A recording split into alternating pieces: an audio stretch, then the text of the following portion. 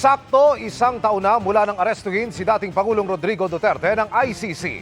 Inalalayan ng kanyang mga taga-suporta at ipinagdasal na mapauwi na siya sa Pilipinas.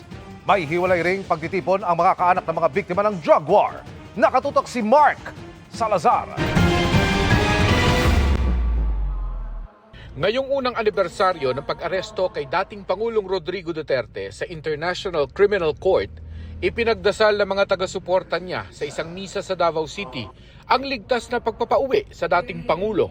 It is unthinkable that a government, no matter the political differences with the administration, would send a citizen to a foreign jurisdiction to be detained and tried for crimes against humanity na walang basehan at walang maayos na witnesses.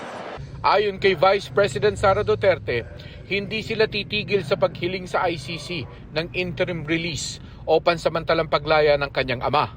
Every time merong opportunity na mag-apply ng interim release, si dating Pangulong Rodrigo Duterte ay gagawin yon. Inalala rin ni Davao City 1st District Representative Paulo Duterte ang pag-aresto sa ama. Para sa kanila, ito ang araw kung kailan kinuha si Duterte sa kanyang mga anak at apo at kung kailan ipinahiya umano ang dating Pangulo sa buong mundo.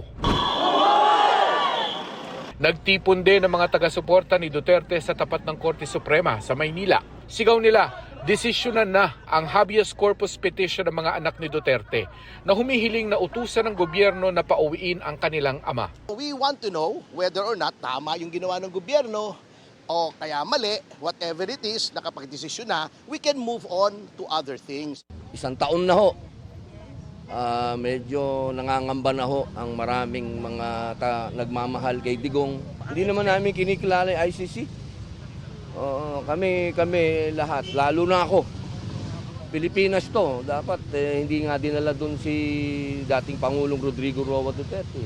Ang mga kaanak naman ng mga biktima ng madugong drug war, nagpapasalamat sa pag-usad ng kaso sa kanilang misa at programa. Mahalaga yung paggunita, pag-alaala, sapagkat ito'y isang patunay sa katotohanan na naganap.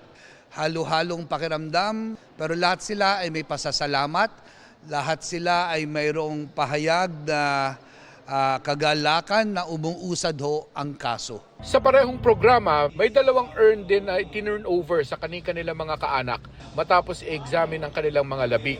Nanawagan din sila sa ICC na kumpirmahin na ang charges laban kay Duterte at arestuhin ang mga umano'y co-perpetrator niya. Para sa GMA Integrated News, Mark Salazar, nakatutok 24 oras.